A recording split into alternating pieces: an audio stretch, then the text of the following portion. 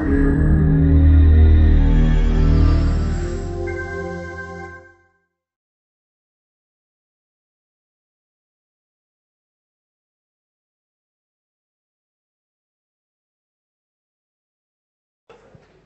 this point, I don't have any particular announcements about assignment 1.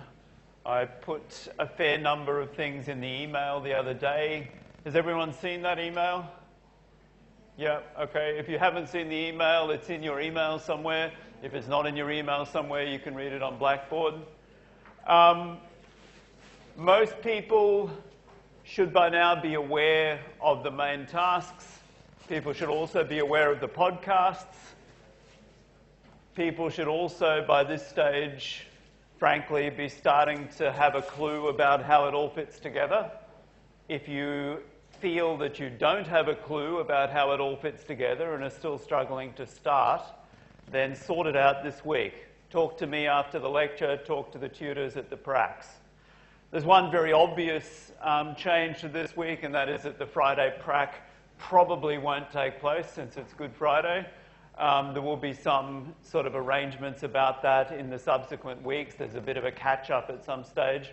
But ultimately, if you're on a Friday, it doesn't work out very well, okay, to be perfectly honest about it. So if at all possible, if you regularly attend Anthony's prac on Friday, can I please ask you to try and get to one of the other pracs this week? Because you will inevitably be out of kilter. There's just nothing we can do about that. Yeah. They're listed in Lecture 1. Okay. You can also find them on virtual very easily. Okay, just go for search for the timetable of this unit. So email me if you can't find them. It's no drama. So yeah, please try and do that just so that you don't get out of whack. And can I get a just quick straw poll? How are people going with the assignment? I'm going to just have 3 levels. We'll call it good, bad, and ugly, or perhaps we'll call it, pretty well, not so good, pretty bad. Okay, so who thinks they're going pretty well with the assignment? Okay, who thinks they're in the middle? Who thinks they're going pretty badly? Okay, all right. So if there will generally be some sort of estimation error going on in those sorts of self-selections. But the basic point is, if you haven't started, I mean, I know there's a lot of time, but it takes a lot longer than you think if you're new to this stuff, right? So, the really experienced programmers and so on can knuckle down and get into this stuff relatively quickly. But that also doesn't mean that they have, devoted their energies to where the marks are. So let me emphasize a couple of points. Make sure that you have a look at where the marks are for the assignment. And the marks are divided between 3 things. Most of the marks are for writing a few classes and for writing the tests for those classes. And there's some subsidiary marks for making the code good, right? That's pretty bluntly it. There are no marks for a lovely report. There are no marks for making everything pretty, except in respect of code quality, in respect of making the code clean and well commented, but not too commented and so on. But there's no marks for just extraneous stuff. It's very strictly a development assignment and a testing assignment. If you haven't started, you really need to make a start this week, because I don't know what I'm doing next week. I haven't talked to family yet. We may be going away, I don't know. But basically, I don't plan to be answering a lot of emails if I do go away. And similarly, there are no classes running next week, and then it's due shortly after you return. So, I mean, if you want to get a start and to be really on top of things, please make sure that you try and start it this week. So that should be pretty obvious, but just a reminder about those time frames. The second point about the time frames, just a reminder also that the Pulse survey is going on at the moment, so please give us some feedback there. If you are struggling in this class, let me know, okay?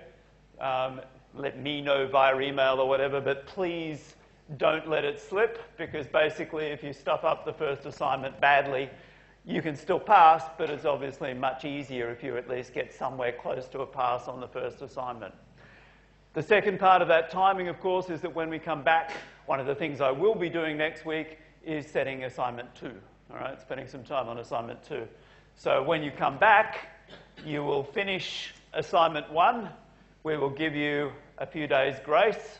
When you don't have to think about an assignment for this subject, we might even give you up to a week of grace. But then, of course, we will release assignment 2. Okay? I have some ideas about what assignment 2 will be about, but I won't share them at this stage until I'm sure that that's what we're doing, because I'm still waiting on some data sources.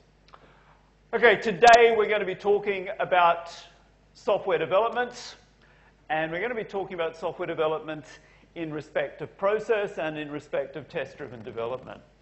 This is a combination of a theory lecture and a practice lecture. The stuff that's theoretical will be the discussion of Agile. I'm going to incorporate some Agile content into assignment 2. Okay, so I'll give you there'll actually be some help information at that stage, which I won't sort of cover today. This will be a sort of an overview. The goals are there. They're going to be really to talk about Agile and to talk about test-driven development and how the two fit together. You can read them in a bit more detail. I don't propose to give you the full spiel on Agile. I can talk, and have done in the past, for 2 days on Agile.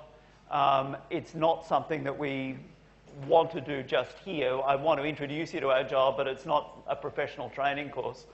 I do, however, want to give you some idea of how this fits together, and I also want to give you some idea of how the process works so that you can use it later on. So we'll begin with Agile. So everyone here, I would hope by now, has heard of Agile software development, since at least I've mentioned it during the earlier lectures in this unit. How many of you have heard of XP, Extreme Programming?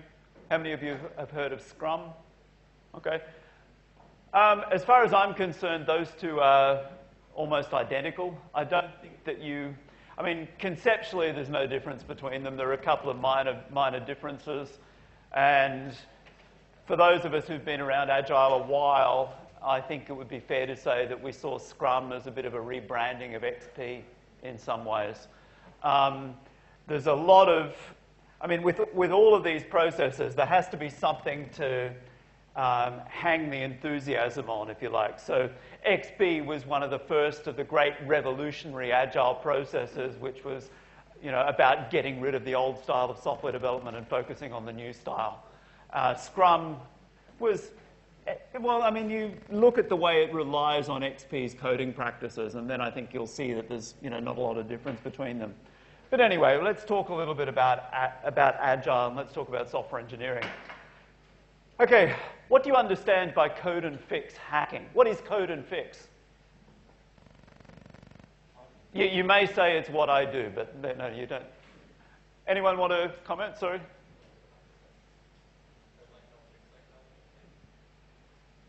Well, it's sort of like the key thing about code and fix is this idea that there's no sort of overarching methodology. There's no sort of overarching process involved. So the idea, randomized hacking, I've called it there, code and fix. The basic point, and the numbers bear this out. You can argue all day about your preferred software engineering process, and of course people do, and by all means do that. But the key point here is that the data tells you that the biggest gain in productivity that you get is this lovely little step, not between waterfall and some Agile, or rational unified process at Agile, or whatever, or something from the Software Engineering Institute, but rather from no process at all to any process at all, right? It's this shift from having some defined process and actually working to some process. Now, processes, I'm not necessarily a process-driven guy, but you do actually get something from having a methodology which is reproducible in some way. And in particular, you need to have something which mandates some sort of examination of the quality of what you're doing. Now, code and fix, as we understand it, is, oh, I've got a software development problem here. Yeah, let's just sort of, and we'll add a few functions here. This and, oh, null pointer exception. Yeah, okay, let's, and that cycle of changing something, going back to the code and running the whole thing, right? Changing something, compiling, let it run. Oh, I've still got the bug. Let's go back. Let's just change this. This is code and fix, right? Now, code and fix is bad news. Code and fix is bad news because it's a very inefficient way of removing defects. And it does nothing whatsoever to prevent the introduction of defects in the first place. Okay, the lovely phrase that the software engineering researchers use is defect injection. As though you've got someone with this enormous syringe, attacking your code and infecting it in some way. Well, think of them as an infection. Think of them as something that you're trying to remove.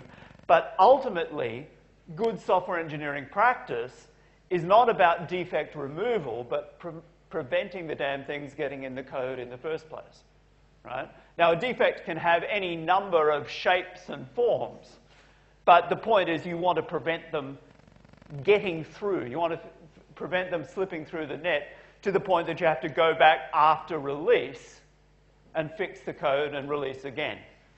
Right? Now, of course, in practice, for very large systems, this is going to happen from time to time. But the idea is to try and have some sort of structure that means that we can limit the damage, and limit the damage as much as we possibly can. Now, one of the big things about software engineering in the past was that it was this idea of the heroic developer, okay, which of course is a line which was pushed not least by the developers themselves. And frankly, some developers really are amazing, right? And you talk to people who have had large development teams and people who have had development teams in very high-end places, and they will talk about the difference between their best 2 or 3 developers and the rest, right? It's true. There are some people who are just naturally good at this, and frankly, in terms of productivity, they end up being worth more than some of the people around them. But it doesn't work that way. You have to work as a team, even if you have some people who are better at some aspects of it. You have to work as a team in order to deliver the product, because there's so much work that these people can't do it themselves, and quite often these people don't have particular skills which are needed in other parts of the project. And we're getting into cliche here, but the traditional thing is that the geeks who are really, really good at this stuff aren't particularly good at talking to customers, right? So yes, this is cliche, it is caricature, but like all good cliche and like all good caricature, it has some basis in fact, right? And so you need this team, and you need a team which actually you need a team process and a team environment which actually encourages some sort of focus on quality, some sort of focus on delivery of what the customer wants, and a culture of excellence. Now, this is all, management consultancy sort of stuff in some respects, but it actually works, right? You need to have some sort of culture around you so that people care about the code. And if people don't care about the code, well, then the product which is going to be delivered at the end is not going to be terribly good. And one of the great criticisms of software engineering as it developed was, of course, that it was seen as this monolithic structure which was imposed from outside the development environment. In particular, imposed from outside by the United States Department of Defense and NATO, because that's where it came from in the first place. Software engineering, as we understand it, began around 1970. It began around 1970 when NATO, the North Atlantic Treaty Organization, the US Department of Defense and all their counterparts in Western Europe, noticed that they were spending an awful lot of money on software which wasn't actually being delivered. And so they had a series of technical meetings to work out how they might improve things. And that's where software engineering came from. And so the idea was to bring the disciplines of engineering design to software. And the disciplines of engineering design came from manufacturing, came from civil engineering, came from bridge building. Okay? Now, one of the things that we need to understand here is that building a bridge is something which has been around for an awfully long time. Okay? Building very large-scale bridges has certainly been around for at least 150 years. Right? You look at things like, you know, the suspension bridges, like the Brooklyn Bridge and things like that. A lot of those came from the late 19th century. And so there's some fantastic experience in this sort of structure. Now, what the hell has that got to do with building software? Well, as a starting point, it made perfect sense. But think about it. What's a a suspension bridge, we've all seen certain pictures which will sort of counteract the point I'm about to make.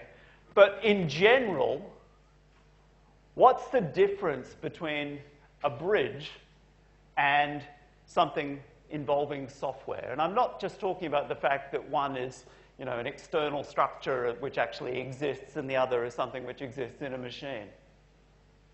There's a fundamental difference between the two of them. A bridge is supposed to hold up a weight where software performs functions? Yeah, okay, so there's a difference in the functionality and so on, yeah. When a bridge is done, there are no major revamps to the bridge. The bridge on its own doesn't fundamentally change. Yeah, so that's related to the main point I was going to make, and that's dead right? You hope you will have to go back to a bridge and change the bearings and so on in 50 years or however long it is that they last, but there's still something more fundamental that's different. You plan a bridge once, then build it. Software you need to keep improving. Yeah, so it's sort of the same point as that, but yeah. Yeah, you can't compile a bridge. The essential point I'm trying to get at, and people are sort of hinting at this without getting exactly what I want. The point really is that one of these things, as someone over here said, you know, if you build a bridge, it's there to carry a weight. But the important point is that you know, unless it's a suspension bridge with terribly high winds, one of these is static and the other is very, very dynamic indeed, right? What I'm trying to get at is that the bridge and the building and all of these sorts of things, okay, they have to deal with changes in weather conditions and so on, but they're not really dynamical systems. Software is dynamic. Software has, if I have a bridge, it's a very complicated beast and it involves an awful lot of work, but it's something where ultimately it is essentially static. Whereas software is something where you have an incredible number of pairings, if you like, of inputs and associated outputs. It's a system. It's a system which changes based on the input that it gets. It's a system which changes on the basis of its use. It's a system which changes on the basis of its deployment. And so what you're getting here is something which is fundamentally different from the old-style engineering analogy. And in particular, the idea that with software you could tie down all the possibilities at the start of the project. And this was something which people felt could happen when they were working with software engineering to begin with, that it was something that they could do. It was something where they could take all this experience from engineering and just bring it across. Now, Agile was this tremendous reaction against that. So there's this idea of process with all these phases which came straight across from engineering. Okay? All these phases came straight across from engineering: requirements, design, implementation, verification, and maintenance. So, you know, there are a couple of variations on this sort of thing, but the idea that the big difference between software and the things that most people do in engineering is the idea that it's dynamic, and as other people have pointed out, the idea that the requirements will change and change and change. It's also a question of how you specify the requirements and a recognition that the complexity of the system is different. A bridge, I mean, I can bash civil engineers all day, as I've said before, since my brother's one, so I have incentives to bash civil engineers. But the idea about a bridge is that however complex it is, it's not as complicated as some of the stuff that we deal with, necessarily, right? It doesn't mean to say that it's less valuable, but it is less complicated, ultimately. No matter how many nuts and bolts there happen to be, a very large-scale software system is more complicated than a bridge. And so the idea that you can work out exactly what you need in advance and pin it down to the last semicolon is a fiction. And it's a fiction that has taken an awfully long time to go away. Now, over the last 15 years or so, people have moved towards what we call agile methods. So the idea of the agile development methodologies were to give some sort of primacy to code, give some sort of primacy to delivered software, give some sort of primacy to technical decisions being made by the team instead of being imposed from outside. So you have this notion which is built around the short development cycles. And it's absolutely crucial to understand that none of this works unless you can rapidly iterate through things. I'm just feeling that the air is not working. Is other people having that impression? Sorry? Let's just see if we've actually got a switch here.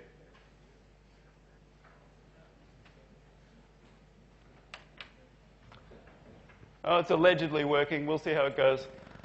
The other point that's necessary to understand is that this is something which wasn't initially popular with management. So this was seen as a big revolution, a challenge to management authority, something where you're trying to empower the developers, okay? And empower the developers at the expense of the project managers. But ultimately, there's been an accommodation between the two, and Agile is now mainstream. Agile is now definitely mainstream. So what does Agile mean? Well, we go back to the Agile Manifesto. So I'm not going to give this too much glory, but basically the Agile Alliance was a group of Agile software development type gurus who were pushing this stuff around the turn of the century, as in, around 2000. And they had a meeting and agreed on a set of principles which unified some of their approaches to software development and also set them up very nicely for consultancy and speaking tours for the next 15 or 20 years. But they had an awful lot to say. So individuals and interactions over processes and tools. And in particular, one of the things that they were very, very keen on, which is, death to some managers, was the idea that the customers and the team should actually meet, right?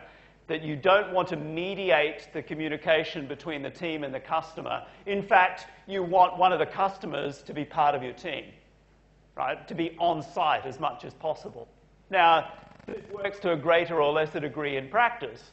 But the idea of having a customer representative in the room while you're developing is something which has become a very, very important part of Agile. And there are various proxy ways of dealing with it where you have them come from time to time, or you have them accessible, or you have someone in the team who becomes the proxy customer and so on. But there's a much greater focus on the needs of the customer by the people in the team. You also have this notion over working software as a goal instead of comprehensive documentation.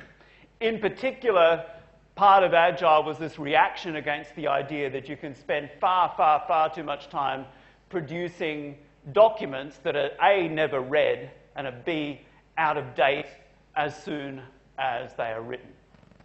And so the idea that the documentation should be embedded in the code, and documentation has always been embedded in the code, but the idea that almost all the documentation should be embedded in the code, and you should be able to extract it, harvest it using tools, much as we do with JavaDoc, is something which was very much on their minds when they were developing these ideas.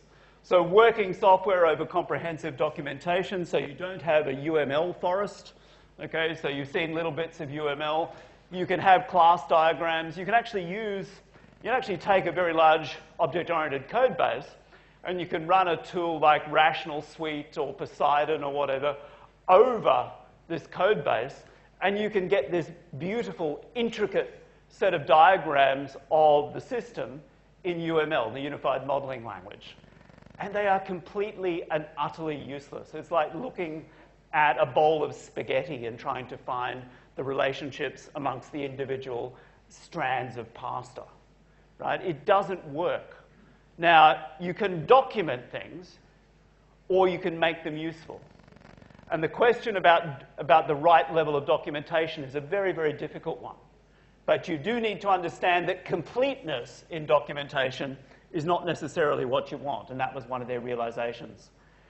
Customer collaboration over contract negotiation. Well, that's a controversial one, and you have to trust the customer, and they have to trust you. But the basic point there is the idea really is helping the customers understand that you can't have it for free. There are trade-offs to be had here, or the trade-offs to be explored. If you want to have these additional features, well, then you have to prioritize those with respect to budget and also with the delivery schedule. These are things which have to be considered. And this, too, is a reaction about having managerial negotiators here talking to the customer and promising the earth, and then coming back to the team and saying, yeah, we have to build this by whatever date had been promised. And that, of course, is not the way to win friends and influence people amongst the developers. And finally, responding to change over following a plan. In other words, the recognition that everything changes. The recognition that spending 6 months designing something is too long. The recognition that you can fix requirements for a couple of weeks and build something and get it out there. Now, I've spoken to you before about Amazon and their online ordering system releases. They were a poster child for Agile for a long time, primarily because they were delivered everywhere, obviously. They had very, very high traffic, and they literally did a release every 2 weeks, right? So you went to Amazon, and it had changed. Okay, I don't go to Amazon enough now to notice, but basically over that period when Amazon was really new, you saw this fundamental explosion in the facilities that were being offered by their online e-commerce site as time went on, and it changed very, very rapidly. And so this is all stuff which you'll find in the Agile Manifesto, which is there at agilemanifesto.org. So a few comments here. I don't want to go into the rest of Agile in gory detail. I've given you a bit of an overview of it. But the essential point in all of these things is that the iterations are really tight. You have the requirements, the implementation, the testing, and the validation, and you come back and back and back, and you do this again and again and again and again, and you do that over a short period. So your system is based around the idea of delivering early and delivering often. You want to understand that requirements are never fixed for longer than a week or two, right? Because the business conditions can change so quickly.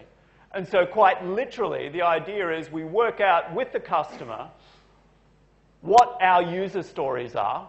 So what are the things that you want in this system? We then prioritize them to say which ones are the highest priority, which are the medium, which are the lows, which are the ones we just throw out. And then we organize those into coherent plans for releases and iterations that support those releases. And so what you're doing is your goal in an Agile project, when you start, is to talk to the customer, to agree on the features for the first release, and your first release, no matter how simple it is, should be out there delivering revenue. The whole idea here is, it's basic business sense which had been lost. And the idea, of course, is that if you spend 6 months building telephone books of documentation, that's 6 months when you have nothing which is facing your potential customers. And so the idea that you can get something out, even if it's imperfect, is a really powerful one. It's not without its risk. You have to be careful about that thing that you get out, right? You don't want something which is going to blow up in your face, so it has to be realistic. But by the same token, you can get an awful lot out there now very, very quickly based on the libraries. The key point here is a deployed system, and you can have an insertion there. A deployed system, no matter how bad it is, generates revenue. And there are some awfully bad deployed systems out there which are generating revenue, as you'll have seen through your own usage. So I don't want to encourage you to put out really bad systems, but I do want to encourage you to put something out there as soon as it's ready and not to wait until it's perfect. So the idea about Agile is the involvement of the customer, the involvement of the developers, and to let the customer be crucially involved in the trade-off decisions. I was talking before about the decisions relating to priority and budget and delivery. Well, that's something that the customer should be choosing. As a technical advisor, you have to say, well, you can't have what you want there unless you build this and this and this, because unless you've got the back-end database, you've got no way of supporting the transactions that you want, so you've got to do that first. Well, that's your job. But in terms of choosing between some particular use cases and others, that's the responsibility of the customer. The customer is also involved in determining the acceptance tests, because then the customer is intimately involved in the choices that are being made and intimately involved in setting the acceptance tests, and then can't complain afterwards and say, that's not what I wanted. Yes, it was, right? So there's that side to it as well. One of the crucial problems in software engineering is not just building the system wrong, but building the wrong system. Okay, you'll have heard that phrase before. It's actually true. People do often build the system that they think that the customer wants, rather than the system that the customer actually wants and needs. The developers make the technical decisions. The customer will actually choose which things are the highest priority, but the developers estimate how long they're going to take. Okay? And above all else, in the software development practices that we're instilling in this course, you are focused on generating lots of unit tests and improving the quality of the code. Okay, so this is extreme programming in one guise. Okay, extreme programming in a summary slide. Can anyone tell me what's happening in the the image in the top left-hand corner? It's a little bit unclear, but does anyone recognize that? Turning it up to 11 by the That's exactly right, yes. So there's this cult satire movie called This Is Spinal Tap, which was a satire of self-absorbed heavy metal rock bands. And one of the crucial things that the band Spinal Tap had was that their amplifiers didn't stop at 10. Their volume actually went up to 11. And that was why they were louder than everyone else. So one of the notions about extreme programming from Kent Beck, who was one of the guys who came up with the process, was to take all the things that worked, and this is the way he phrased it, to take all the things that had worked for him in a software development project and to turn them up to 11. Okay? So the idea here is to take them to their extremes.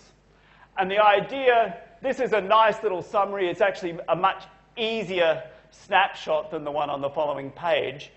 But you've got this notion where you have the user stories, you have the planning game, which I'll explain in a moment, the planning of iterations and releases, the iterations themselves. I mean, I've used this term iteration a lot. Is everyone clear on what I mean by an iteration, or is it a little bit confusing? The idea of an iteration is one pass through the software development lifecycle, right? And we're quite literally going from the old style of a pass through the software development lifecycle of 12 months down to 2 weeks or a month tops.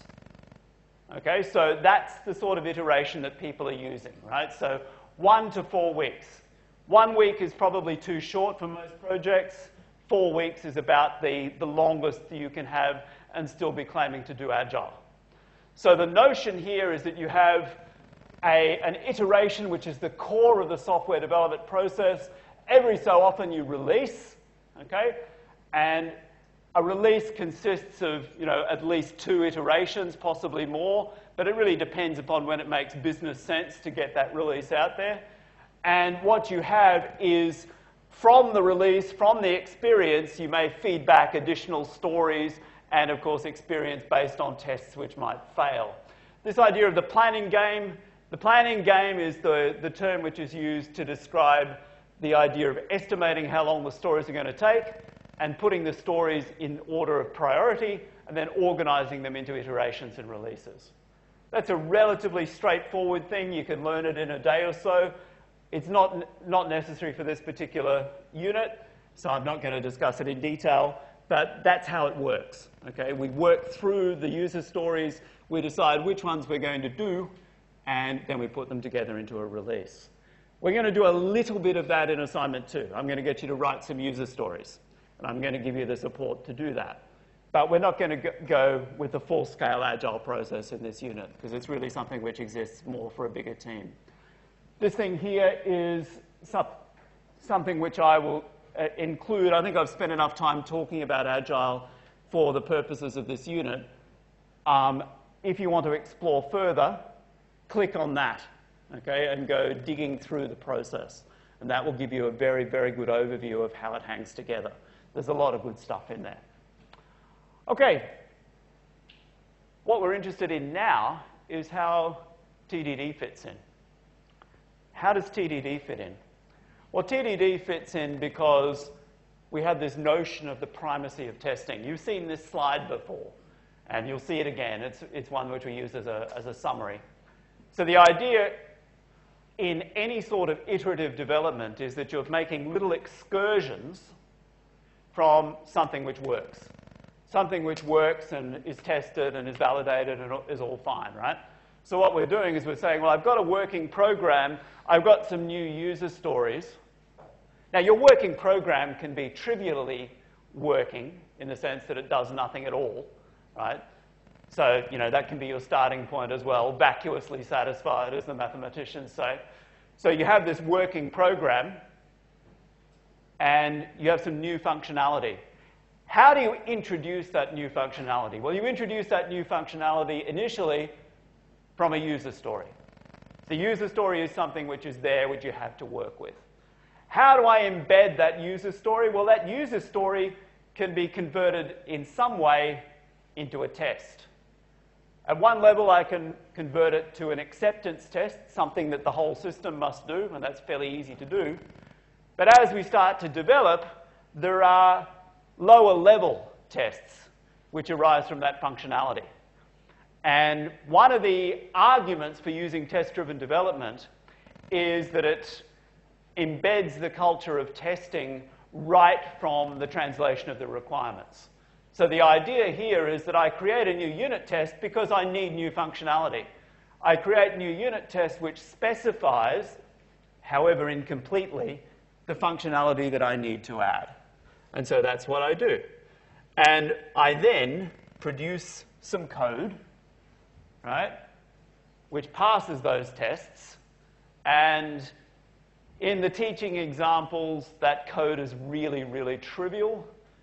In practice, I wouldn't necessarily start at the level that they do, but you certainly don't want to think of it as the finished product. And then you basically refactor the code. You improve the code and make it better. Okay? And that's how we go. So test-driven development, this is the planning and feedback loops from XP. What you can see here is this notion where the test-driven development is something which appears in this part around here, around the 1 day to several days, down to minutes and seconds when you're actually writing the code. The idea is that as you come from the iteration and understanding what's going into the iteration, you work out what you need to write to implement those user stories. And having implemented those user stories, you then have or started to implement those user stories, you then have the corresponding classes and their unit tests, which act as some sort of documentation of the system as you go, as well as being a check on progress. The other thing which is kind of surprising is the notion that you can treat something as informal as this as really very number-driven. Right? It's not like you're collecting all the statistics like the Software Engineering Institute do. They mechanically record what they're doing every second. Right? Quite literally, they would break their time up into 10-minute blocks and work, document in Excel or somewhere how much time they were spending on particular things. That's really good if you've got the mindset to do that. Okay, but it's something which drives a lot of people nuts, myself included. So it's something where you have to find a compromise here where you have to be disciplined in the work that you do, but you also have to find a system that doesn't get in your way. And something like that does get in my way. So it's something where you have to look at what the team you're working with is doing. And one of the things that the Agile teams tend to do is to track their progress in terms of the number of bugs that they destroy, in terms of the number of tests that they have created, and the number of tests which are passing, and the number of tests which are failing. Now, fairly obviously, you don't honestly want to have a very high number of bugs being killed a day, right? Because you don't want that many bugs in the first place. What you do want to see is a very large number of tests. Okay, so you want to see a graph that shows tests going up like this exponentially, and you want to see a graph which is showing the percentage of tests that are failing going down and down and down. Okay? Now, naturally, that's going to go up and down as you introduce new functionality, but you want to see that continual clobbering of tests which fail. You want to make sure that everything is working. And that's part of the structure of TDD, how it fits into an Agile movement. Okay, so at this point, we're going to be leading into test-driven development principles. It's probably a good time to take a break. It's about 1:45, so we're traveling pretty well. But we'll still have a break of about 5 minutes now, and then we'll resume and talk about TDD.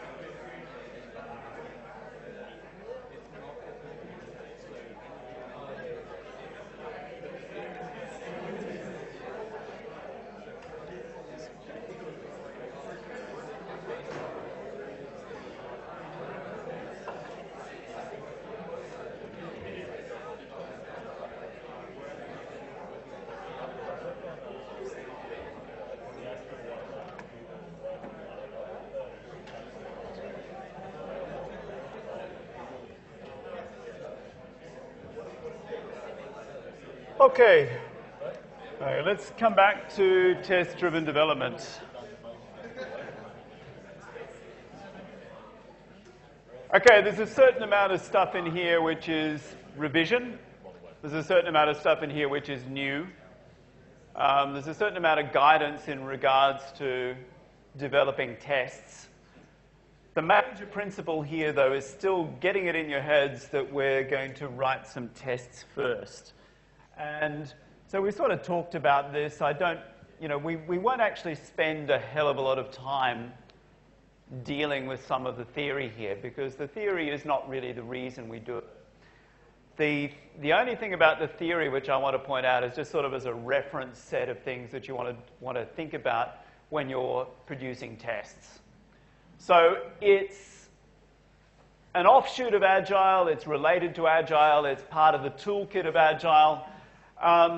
Once again, just to be clear, there are a vast number of principles and practices which people say are Agile, and particularly when Agile first came out, there were an awful lot of people who were, religious Puritans about what was Agile and what wasn't Agile. And there are also some people who had been doing stuff for many, many years with essentially telephone books, who were then claiming that what they were doing was actually Agile in disguise. So, I mean, you can see all sorts of things like this happen whenever there's some new movement in our industry. Cloud computing is, of course, one of those, right? So if you look at cloud, then there's genuine cloud, and then there's the stuff where people are saying, well, what we do is sort of like cloud, so you can do cloud by just buying our stuff like you've always done, instead of making the transition to cloud.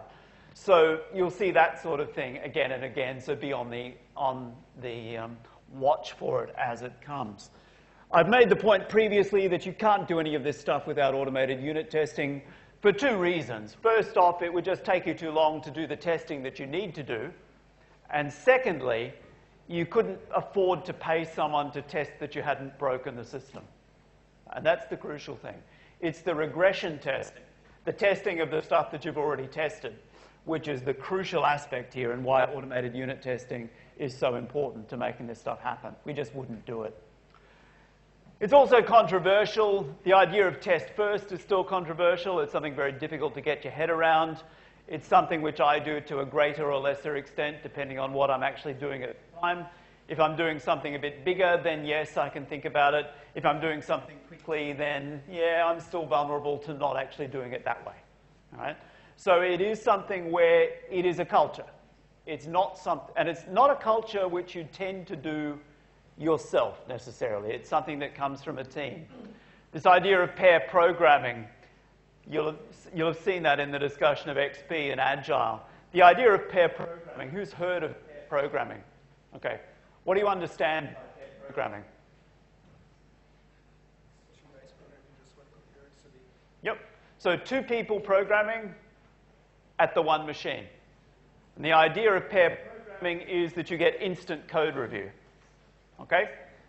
So I'm a manager, and there's one machine, and instead of one machine over here with one programmer, one developer, and another machine over here with another developer, I'm going to have the two of them at the one machine generating half the lines of code. Does this make sense to me? Okay? So the point, of course, is that pair programming is incredibly valuable in the review that it produces, and the argument has always been from the Agile people that it's more productive, right, in the sense of the actual delivered lines of code per unit time. But needless to say, that's a very controversial part of Agile for the obvious reason that people are worried about paying 2 programmers instead of 1, okay, for what is essentially the one job. Shouldn't I be, you know? So it's pretty obvious to see where those arguments come from. Test-driven development is similarly controversial. And in principle, it's this idea that you just don't see it as something which scales. You can see it as something which works for the small stuff. It's also something which is totally cart before the horse as far as any sort of traditional approach is concerned. But that doesn't necessarily mean it's a bad thing. And certainly there are elements of test-driven development which will, you know, give you something to work with. The crucial aspect is this red-green refactor mantra. And the red-green refactor mantra is about working from the tests, making you pass the tests, and then improving the quality of the code. We've seen this before. I'm not going to explain it again. But the basic point is that's the mindset that you have to have. And the crucial thing here is that when you introduce a new unit test, the difference in test-driven development from other testing is that you introduce a new unit test because you have some functionality that you want to introduce, right? And that's where the mindset comes from. I've got something which I want this class to do. I have a new method, right? It's not independent of any sort of traditional object-oriented design, so don't get that idea. The idea is I know that I want this class to have a method to do something. Therefore, I write a call to that method before I've written the method, okay? And then I write the code that makes that test pass. So in a sense, I mean, it's important to get this right. The argument is not that different from what we do. Be honest with yourselves. How do you write code? You know that you've got a method that you have to implement. In my case, you know, in the case here, I've given you something that you have to implement. But you know that that method has to do some stuff. Now, if you're anything like me, the way I write these sorts of things is I say, well, I always have this test case in mind. Right? I always have this particular data in mind. If I were to do this, that will come through. These are the operations which are performed on that data. That's what comes out. Well, that's the change of state. And implicitly or explicitly, I'm working with a defined example, even if it's an ill-defined example. The idea of TDD is that you make that example very well-defined indeed. You actually specify it. And with TDD, you specify it through a test. And because you're operating at the unit level, well, that's a very basic thing. And so you can write these very simple things to make it happen. So you are obliged, when you're writing TDD, writing using TDD, to maintain and continuously generate a suite of test cases that become part of the test body for your particular class. So one of the things which I glossed over in the discussion of Agile, of course, is that when we have settled on what's going into a release and settled on what's going into an iteration, we necessarily have an iteration planning meeting. And an iteration planning meeting involves the cut-up, the division of labor to say, yes, well, you're going to work on these 2 classes and you're going to work on that class. And so at that level, we assign responsibility for particular parts of the code base to particular members of the team. And at that point, of course, that's when TDD comes in. You have to maintain a suite of test cases, so the argument is, well, let's start with them instead of finishing with them. You can't release your code. In fact, you can't even check your code into the team repository until you have a suite of test cases. Because no one in their right mind is going to accept code into a repository if they don't know that it works, right? And it's your responsibility as a developer to actually push that across, right? To make sure that the code that you're dealing with is actually going to, how can I put this? Work, right? And not introduce new bugs into the system. So the idea is that you have the test before the code and that it's essentially some sort of detailed design specification. How do we do this? Well, This is the assumption. We let the compiler do some of the work for us. Okay? Compilation errors, and Collins used this errors in inverted commas here for the simple reason that they're not really errors in the sense that we previously understand. An error is something unexpected. Here we completely expect the errors to appear because we know that the damn thing is not there yet, right? So it cannot be resolved. Well, we need a new class C. The method is undefined for class C. Well, we haven't got the method yet, have we? Right? These are the sorts of things that can work for us. So if we look at something like this, we'll just do this one slide and then we'll go and look at something. So the idea there is this red, the small test, green, make it pass in the quickest and easiest way. We will argue about that a little bit. And then refactor, rewrite the code to eliminate the duplication which was introduced. Now, I'm not going to do this in all its glory, but in our lecture examples, right? So in our lecture examples, we have this thing, maybe just skip ahead to give you the overview.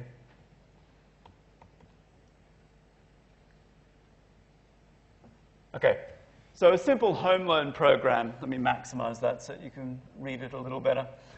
So basic functionality for tracking the amount owing by a borrower. So therefore, we have a number of aspects of this problem that we have to deal with. You have to deal with borrowing. We have to deal with repayments. We have to deal with credit risk, accepting payments, exceptional situations, charging interest. All of these things are part and parcel of any sort of bank loan. Very straightforward. But what we can do when we actually look at this code, and you'll see this in the screenshot examples that Colin's given you, we've got this class here which I've called Home Loan Complete. Now in the code that's released, you've got Home Loan Complete and it's actually called Home Loan. What I've done just before the lecture is I've come along and I've renamed Home Loan to Home Loan Complete, but I've told Eclipse not to update the references. Hence, you see that there's an error in Home Loan Test. So if we look at Home Loan Test and jump in, okay, you'll see there's a whole bunch of things here, quite a few errors as it happens, where I've got home loan. Well, one of the things that you can do if you follow this sort of approach is that you can use a quick fix. So create class home loan in the package home loans. Yeah, let's do that. Okay. I don't know anything about it at the moment. Given that there's nothing else there that looks like it's going to have a main program, I'd better actually create one.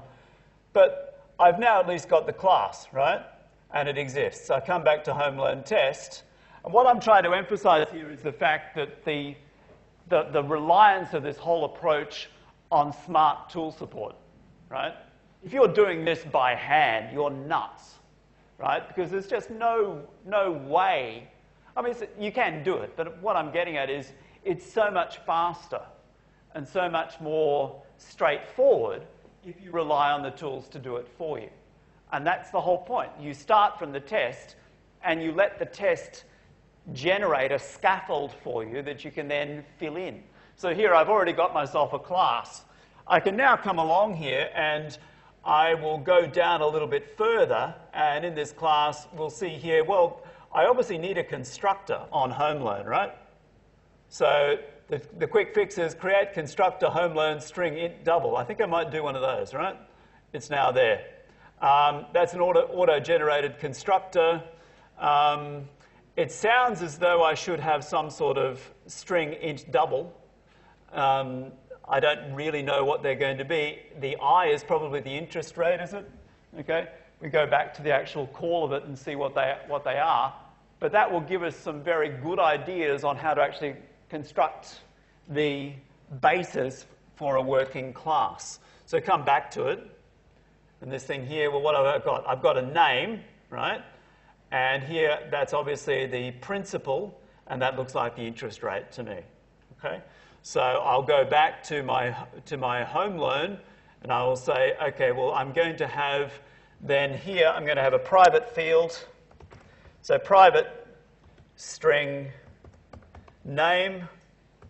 I'm going to have private int principal. I'm going to have a private double interest. Okay? And in here, I'm not going to bother changing the things to make them nicer, but here I'm obviously going to have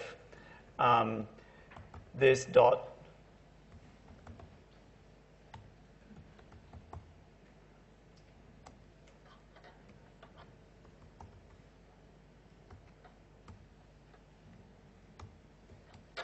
and finally, okay. I don't care about the quality of the code at the moment, by the way. All I'm doing is trying to make this pass. And to the extent that this is ugly code, well, that's what refactoring's for. At the moment, all I'm trying to do is to just get working code. So here, I'll go back to home loan test, and I'll see that with home loan test, well, look, I've got some problems here in home loan test. I can do it from down here. The method make payment of integer is undefined for the type home loan. Well, gee, what am I going to do about that? If I come and have a look at it, I've got to make payment. So what I'm going to do is I'm going to create a method, make payment. So I'm going to make a payment. That's going to be the payment. So I'm obviously going to have that reduced from the amount owing or something, I don't know. And then I'm starting to think, well, hang on, principal is maybe not a brilliant name for the first thing. I'm trying to take money off the amount owing, which is not necessarily the principal. Certainly everyone familiar with the term principal here? Okay, principal and interest. Okay, so when you borrow money from a financial institution of some kind, you borrow a certain amount of money. That's the principal. That's the initial loan. Okay? And the people running the financial institution are charging you a fee for the use of their money, and of course that's the interest. So what happens is, depending on how long you actually take to pay the thing back, they charge you a certain percentage of the initial loan each year, okay, for the use of the money. And actually what they do is they charge you a certain amount, not of the initial loan, but of the amount that that remains owing to them. So in most cases, people start with very big loans like housing loans and so on. What generally happens is that you start with a particular figure and it goes up for a few years before you start breaking the back of it, and then it can start declining rapidly as you start to grossly exceed the normal standard reductions. So that's the way a loan works. And here, I don't really want to have the principal. I mean, the principal is what I want in the constructor. Is it not? But what I'm really looking at is the amount that remains owing. So this private int, well, let's change that, and we'll refactor. And I'll change that to be the amount that's owing.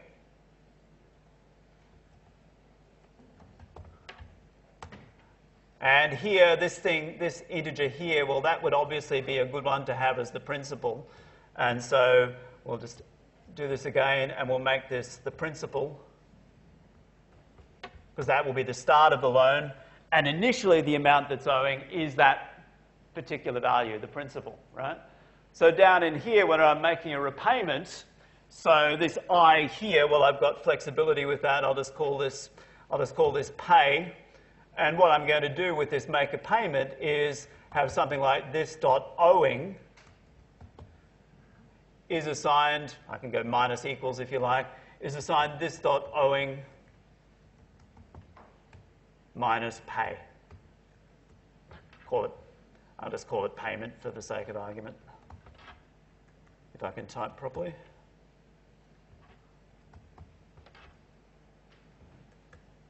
And the important point here is that as I keep changing this, and I come back, you start to see the reduction in the number of errors, which I'm getting down the bottom here. What I'm gradually doing, and all of these, of course, are tests which have been written. It's slightly artificial because we've got this collection of tests which are already there, whereas in fact you would be creating the test and then at least making it compile. And so what I'm doing, as you can see in a few minutes here, I've got half a class, right? And that's the way the thing works. I'm not going to take this to its conclusion because there's a few more methods to write. But I wanted to give you the idea of how this is done. And what you're seeing is immediately me doing some trivial refactorings to actually make the thing better as I go. Now, that's not quite red-green refactor, but, you know, I don't care. If I see something that's a trivial improvement, or it's an improvement with a trivial amount of effort, I'm going to tend to do that on the fly. But the basic point is we're gradually working forward to the point at which this is going to work, okay, and that the tests are going to pass. And so here I have this thing here, which is amount owing. And that amount owing might be quite a complicated method because it's got to factor in the interest as well. Yeah, did you? For now, since you're just worried about making the thing work, you're not concerned about if the guy is paying more than what he owes, because you could make a test there to see if you pay more than. Yeah, so we are actually concerned about that eventually. That's actually in the test somewhere. If you look at the completed version of the code, which I'll do now, if we jump across here. So the question here is about the, making a payment. So at the moment, I've got this making a payment, and I've just done the very simple one. I didn't even look to see whether it should have a home loan exception. But at the moment, in the final version, we will have something here where Colin has been a little bit sarcastic and said, if payment is 0, don't waste our time. If payment is less than 0, you can't extend your loan. Else, if payment is greater than owing, okay, throw new home loan exception, can't accept overpayments. Okay, so that's precisely what you're asking about. So what you're seeing in all of this too, just as a key point, and this is a very important lesson for people doing assignment 1, which is most of you still, a lot of people are trying to do too much at once, right? One of the key lessons that comes out of TDD and out of trivial examples like this is that even at the method level, I'm making this work in a simple way, right? And it's very, very helpful if you can build something which is always working. Do you understand what I mean by that? It doesn't mean that it does everything, but what it does correctly at each stage. So I start with something which is incredibly simple, but at least it works. And then I add a little bit more functionality and get that functionality right. Okay? Now, you need some sort of balance here between the correctness of things and the triviality. But the basic point is, if you don't try and take, maybe if I put it this way, I don't want you to take absolute baby steps, but I don't want you to set the world long jump record either, right? I want some sort of balance here. And at the moment, from what I'm seeing on Facebook and what I'm seeing from emails from people, is that a lot of people are taking strides before they've really done the training, okay? You've got to take steps that are actually within your capability before you just try and jump ahead and beat Carl Lewis, right? You've got to do some work. And the key point here is that this is a method for doing that. Because what you're doing is you're saying, all I'm doing is I'm working on the code which helps me to pass this test and this small set of tests. I'm not trying to pass all the tests that anyone might ever throw at me. And there's a big difference between those two. So, do you want me to continue a little bit more with the example, or you've sort of got the idea of what we're trying to achieve here? Everyone pretty right? You see what happens? I wanted to throw that in before we actually talked about some of the background, because it is a practical discipline. It doesn't make a lot of sense just to talk about talking about it, right? It's something where you want to do it. And what I'd suggest to you is have a look at the lecture example. In the lecture example, you have completed code, right? You can download it. You have completed code, and you don't need to actually just look at the completed code. You can do what I've just done, right? You can rename it. Just to make it clear to you, by the way, just when you do this, so what I did before, if you look at home loan complete, that was home loan. If you come into this and you refactor it, and you come into the rename, note this thing here, update references. The update references is what you want normally when you're changing a name. But when you get this code, that class that has the complete code will be called home loan. And if you just change the name to home loan complete and you have that update references box checked, then of course it's just going to update all the references and everything will still be fine. You don't want that. You just want it there so that you can look at it later. Okay, and you want to create your own home loan in much the way as I've done before. So please make sure you clobber that checkbox, okay? Because otherwise, you won't get the point of the exercise. Okay, so at that point, let us come back and actually talk about some of the things that go toward good test-driven development. Okay, from here. Okay, we were there, and the focus on the next few slides is on refactoring. So duplication is about duplicated code, right? Duplicated code can be duplicated code in all sorts of different ways. Okay? We can have, and again, I just want to be very clear here about not being too dogmatic about saying get rid of duplicated code. You should get rid of duplicated code when you have code which is duplicated, which is a kind of trivial thing to say. But what I don't want you to do is to say, well, here's a set of functions. There are these two functions which are a little bit different, but they have, probably about half of their functionality in common. Let's combine them into one which does two things. Don't. Right? Let's be very clear about that. That's not a good idea. What you're trying to do is eliminate duplication. What you're not trying to do is to create buggy code, which is what's going to happen there, or badly maintainable code. So if you genuinely have a repeat of the same thing, then of course extract it, refactor it, get rid of the complication. But don't try and don't try and identify duplication when there's only a very slight amount there. It's not worth it. It's not worth the hassle. You'll get ugly parameter lists. You'll get code which is hard to maintain. It's just simply a bad idea. Okay? So, but when you do get duplication, deal with it. Use the tools to extract it, extract methods, have private methods to help you out. That's the most common thing that happens. And again, rely on the tool support. Duplication can occur in a wide variety of cases, particularly when you're just dealing with simple things like setting up, or when you're grabbing stuff from a file, or when you're traversing over a list. All of these sorts of things lead to duplicated code. You should also have your code in such a way that it's reasonably maintainable. And maintainable code is not code that has magic numbers everywhere. You've probably, in the earlier units, been hammered by markers for having magic numbers in your code. Yes or no? Yes? Good. Sorry and all that, but it's a very important thing.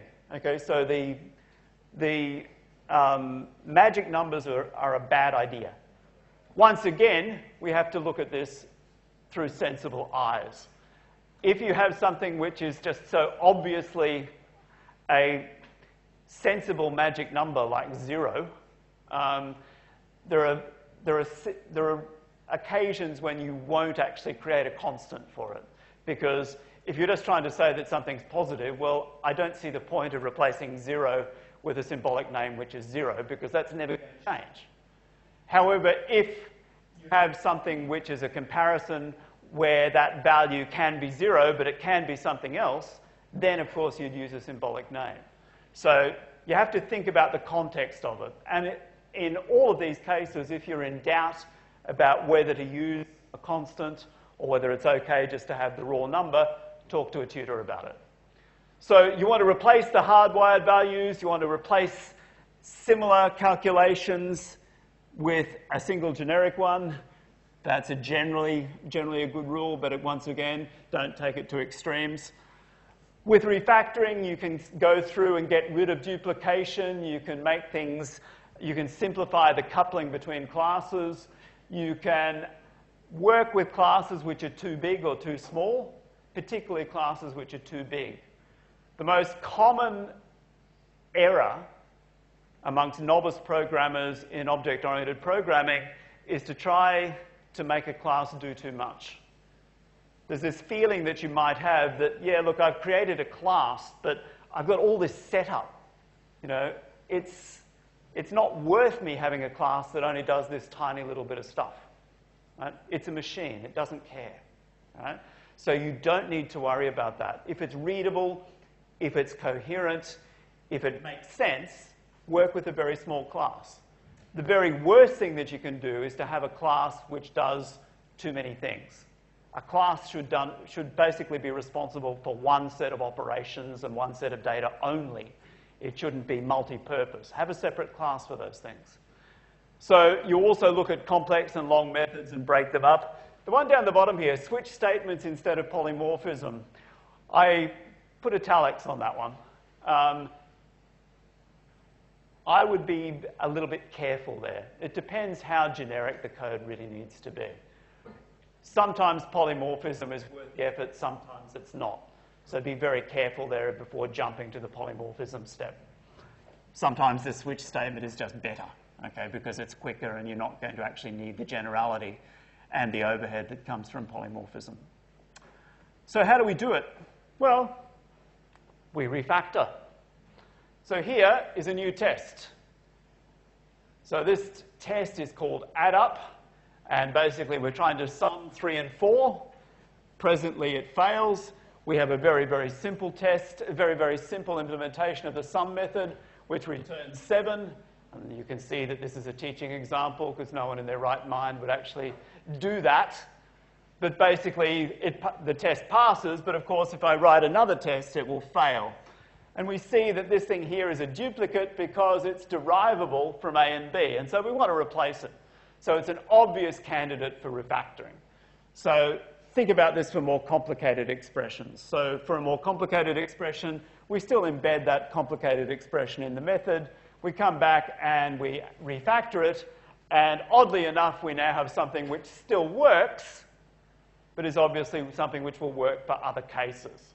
And the way that we do this is, of course, it's the principle that's important here rather than the way we actually are doing it with this particular trivial example. So some rules of thumb. Write as many tests as makes sense. The larger your test suite, the more likely you are to actually detect what bugs might arise. The other rule of thumb here is just to be careful about the tests that you write and make sure that the new tests are actually new tests.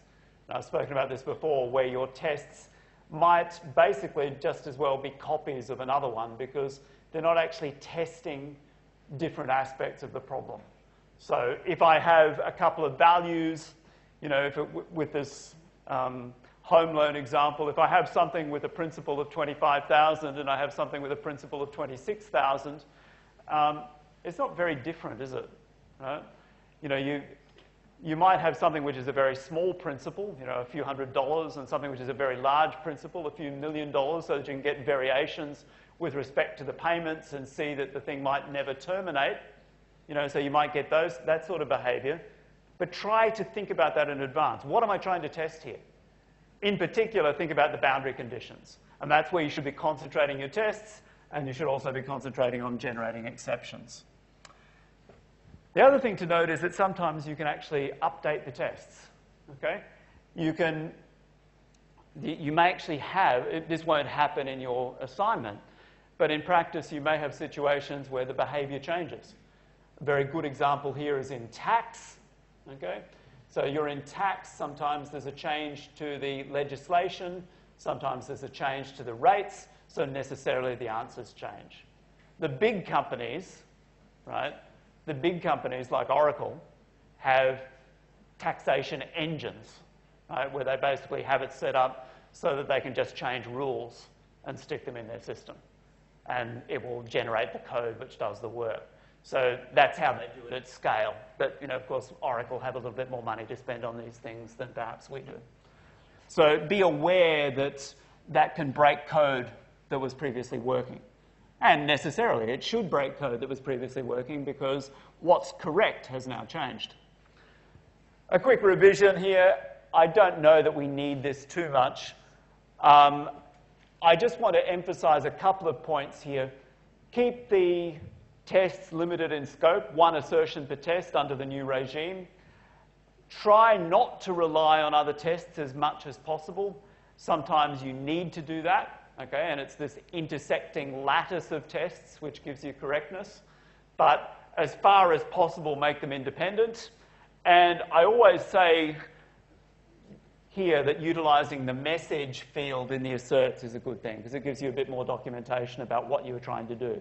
The test names, well chosen, can do that too, but the more information you can give yourself in the log messages, the better. This is a practical problem, and it's a practical problem that you'll deal with in assignment 2, less in assignment 1, well, not at all in assignment 1. Part of the problem with dealing with real systems, or you may deal with it in assignment 2, it depends what we actually do. In assignment 2, on a couple of other occasions, we've used an n-gram service. So Microsoft Bing has an online service which enables you to send a couple of words and have it predict the next one in the phrase, right? And this is what we call n-grams. So the n-gram model is basically just the number of words in the phrase. And testing against that, of course, is tricky, right? Because you can't guarantee that the thing is always going to be up. And so in practice, like what you would do in a real environment is that you would capture some output from the service. Have that canned, stick it in a database, stick it in flat files, create something. You're essentially creating a mock service which will have the same results as a particular set of queries, but does not rely on an external internet connection. The other thing that's important here, if you do end up testing things along those lines, and you are using a real service, be aware, as we saw in week 3, that the JUnit framework does allow you to have a timeout parameter or a timeout condition. Okay, I think it's actually an annotation. So that allows you to set up a period after which the test just gives up, which is very important if you want your runs to actually continue. So be aware of this sort of thing. You need to think about how to deal with those sorts of external conditions when you're dealing with real systems. That's really sort of a pointer to the future rather than something you need to deal with now. So we've already talked about this. I won't sort of say this now. This is documentation. Normal case tests for each equivalence class and tests for all boundary and exceptional cases. Hence, we have the sorts of numbers that I was talking about in the podcasts, the sorts of numbers which we've talked about in the lectures. So basically, have a look at the things that you're testing at the moment and utilize those sorts of guidelines in generating some tests. When you're writing tests for assignment 1, you're doing strictly black box testing, right? We've told you to do black box testing. There's nothing that says that you can't do some white box testing or glass box testing yourself, okay? But that's not something which appears in the marks. And frankly, if you write enough black box tests, given how simple the methods are, you're probably going to be fine, right? But be aware, what people often do as programmers is to test the code, the operation of loops and the operation of conditionals and so on, a little bit informally using the debugger, okay, and then rely on the unit tests to actually capture any real mistakes. So it's very valuable, though, to give it a few different cases as you work through it to make sure it's behaving the way that you want it to. And this is something which is a very valuable practice to get in hand. Once again, we come back to this issue of tool support. You wouldn't do this if you had to put print statements everywhere to see what's happening. It would just be nuts. Okay, so say a little bit more about mocking and dummies and stubs and fakes. Okay, a lovely set of terms. There's this idea called mock objects, and the idea simply is just to simulate external resources. And we do this for testing GUIs, we do it for testing against databases. We do it also for situations where we have code which is not yet written. So we see here the collection of dummies and stubs and mocks. Mocks are the most sophisticated ones. Okay, these are the ones which are set up basically to mimic an external service, as I said before. The others are slightly different, but you're wanting to have something which enables your program to be tested even though you haven't necessarily hooked it up to some other classes or to some other external services yet. And so that's a valuable technique to have in place. You also want to have some sort of guidance in your code about coming back to it and getting rid of the mocks and getting rid of the stubs and so on, but that should be relatively obvious, I should think. Okay, let's finish with some discussion of controversy and not controversy. So it's kind of accepted wisdom these days that Agile is a good idea, or Agile to some degree is a good idea. The role of test-driven development remains a bit more controversial. The idea really does come back to the need to maintain a working system as much as you possibly can. So you have this working system, and as I was saying before, you're taking small steps each time from a working system whilst relying on the test base and the automated test runners to ensure that you're not breaking things that were working before. So you need to, well, I mean, this is a really nice little summary. This testing takes the place of debugging to a large extent.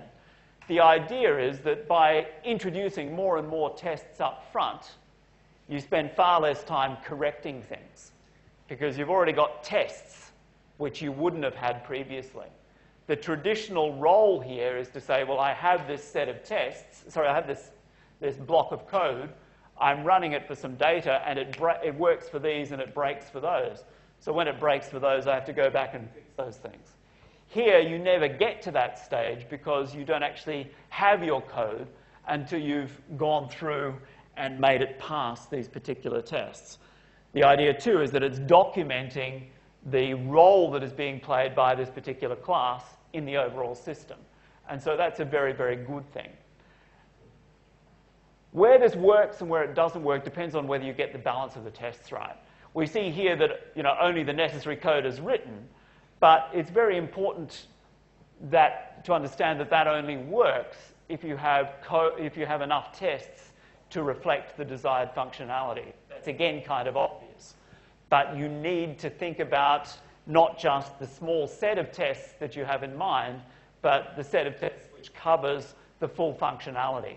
And that's something which will be forced upon you when you get to integration in any case. The idea, of course, is to be a little bit smarter about it and to have those in mind as you're developing the code from scratch. Refactoring, fragility, generalizability of code. So test-driven development is something which can be incredibly bad if you don't do refactoring. The code is very breakable if you have it written for a very small number of tests.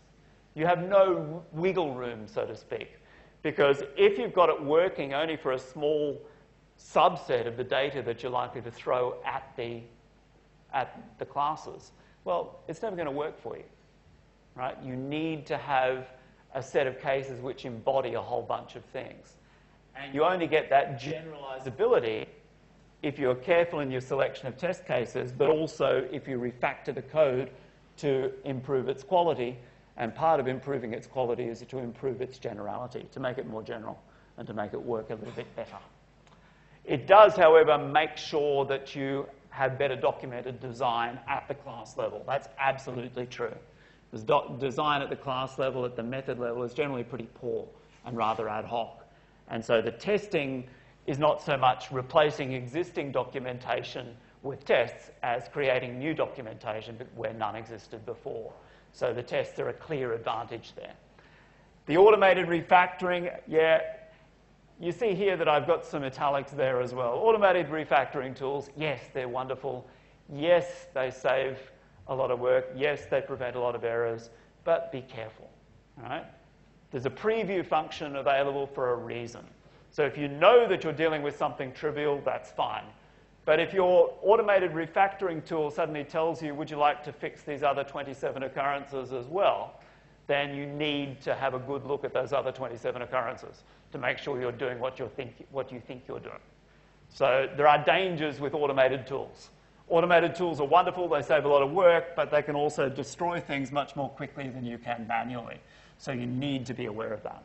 The other problem with TDD, as we've identified before, is that it really doesn't work for GUIs, it doesn't work for dealing with databases, it doesn't work for dealing with embedded systems, because you don't have the same control of the environment. You're necessarily here dealing with things which are outside the purview of the unit test.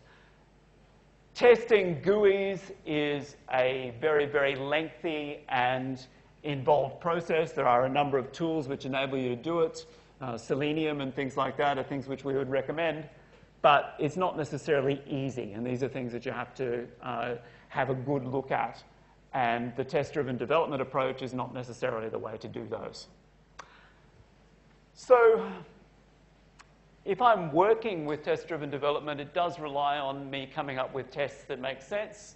We don't want to have bad tests, because bad tests will necessarily produce bad code. And a more sophisticated objection is to say that if we have too much bottom-up unit testing, we're not really considering the overall structure, and therefore we're not necessarily preparing ourselves for good quality integration. So you need the balance between the two. You can't write unit tests independent of some thought of how the thing will fit together in the end. We also understand that management has not necessarily been a friend to TDD, because it's the other way around. This is a comment more generally about Agile.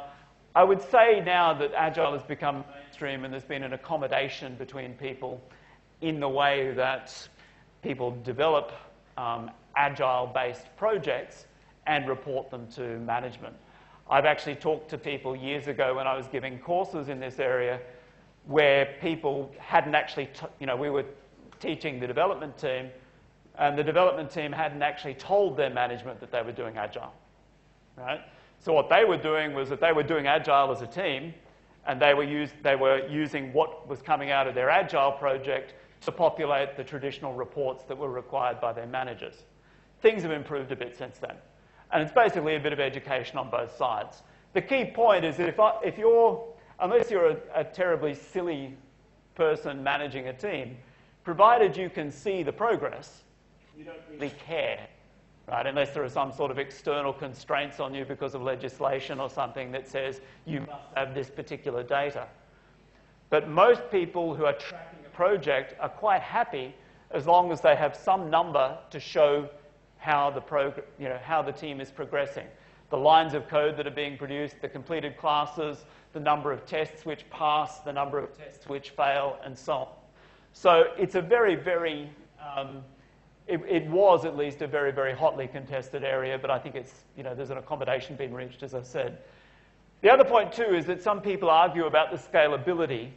I've never, ever been completely convinced by the stuff from Kent Beck and others about the scale of their systems, and there are some tremendous arguments about this. Even some of the Agile Alliance people will tell you that Agile is not good for very, very, very big systems. It's very, very good for components of very, very big systems, but you need other things as well. So there are, however, people like Kent Beck and others who are totally committed to the cause and will tell you at vast levels of detail about the particular project on which all of this was produced. All of these ideas came. And my advice to you, as in all of these sorts of things, is to take both sides with a little bit of a grain of salt.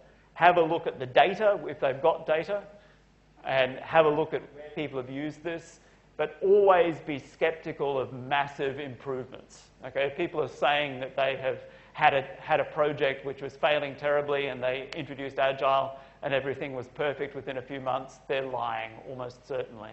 There's something else going on there.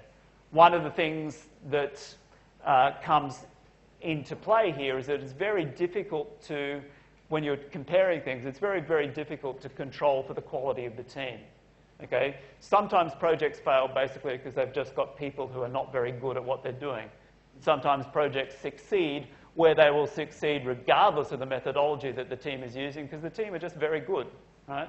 So it really depends upon trying to find like with like, and that's not very easy in a practical environment. So you have a few things to look at. We've looked at the demo a fair bit. There are some snapshot examples here which will show you some of these things here. This is the auto-generated constructor, which we've just done. So name, owing, interest, and so on.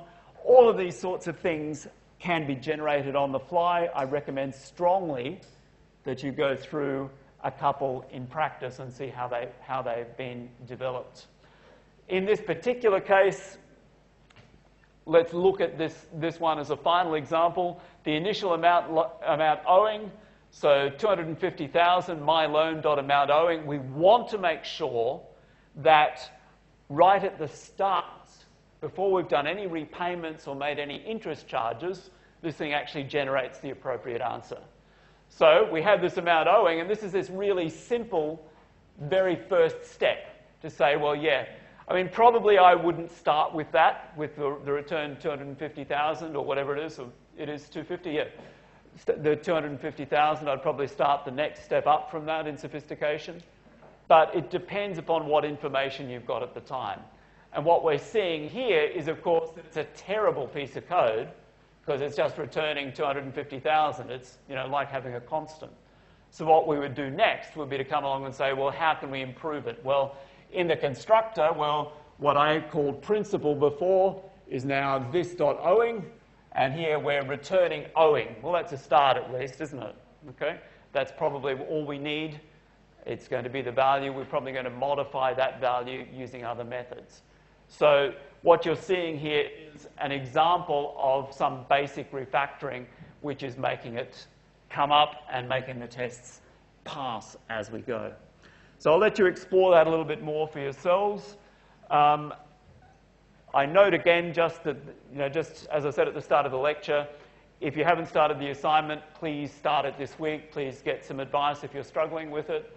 I will probably answer email next week, but I will probably also be away for a couple of days, during which I don't intend to answer email. And after the break, of course, you have only a few days to get the thing together. Any questions at this stage? Okay, at that point, thank you very much.